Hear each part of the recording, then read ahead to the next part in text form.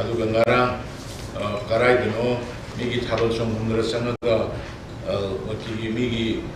bel khongbogi kida kari kari no mai than thot to badu gumdu no ai adu ta to ai khau hai gre koi bro hector madu tawradi akhoi thinge ga hai bumba government ani leite manipur government am khatan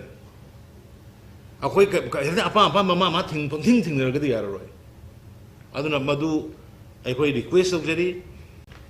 adu thinge ada thinge na tawdana without authority natna tawsima tawbigunu adu sharukti akhoi government da hai bisi se smai don like tambagi natraga adu tawbagi lambi chinbagi si dakar sarkar na masi ingchan bi si tawbiyo akhoi da haibiro akhoi da tawbe ba akhoi gi level akhoi hona jage natadana adu thinge ne rachala ga masa makun lo paira tamara di thabal jongam thabal siliba kangbu no wonjalaga mai thabal ai dong phunera madi kamai tawni thabal jongba gi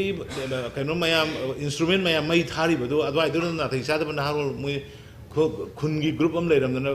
tana na tawna ro ne do kamai tawni lawless ki unnecessary do de koi government chi medu ai toroi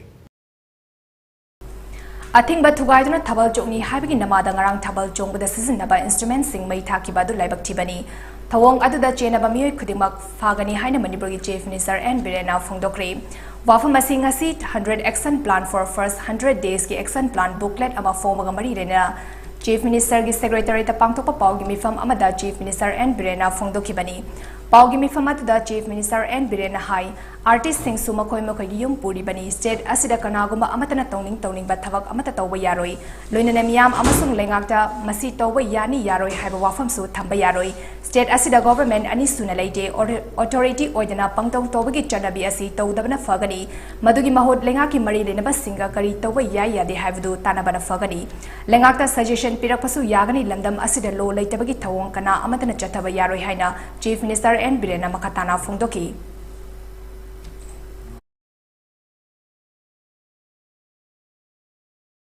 aduga ngarang karai dino migi thabal song humdra sangaga wati migi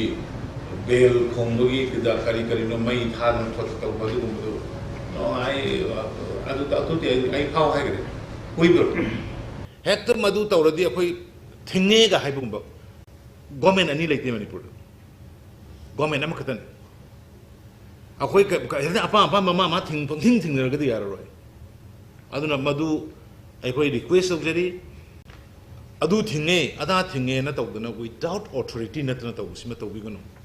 adu sharukti akhoi government da hai bisi se smai don like tambagi natraga adu tawbagi lambi chinbagi si dakar sarkar na masi ingchan bi si tawbiyo akhoi da haibiro akhoi da tawbe ba akhoi gi level akhoi hona jage natadana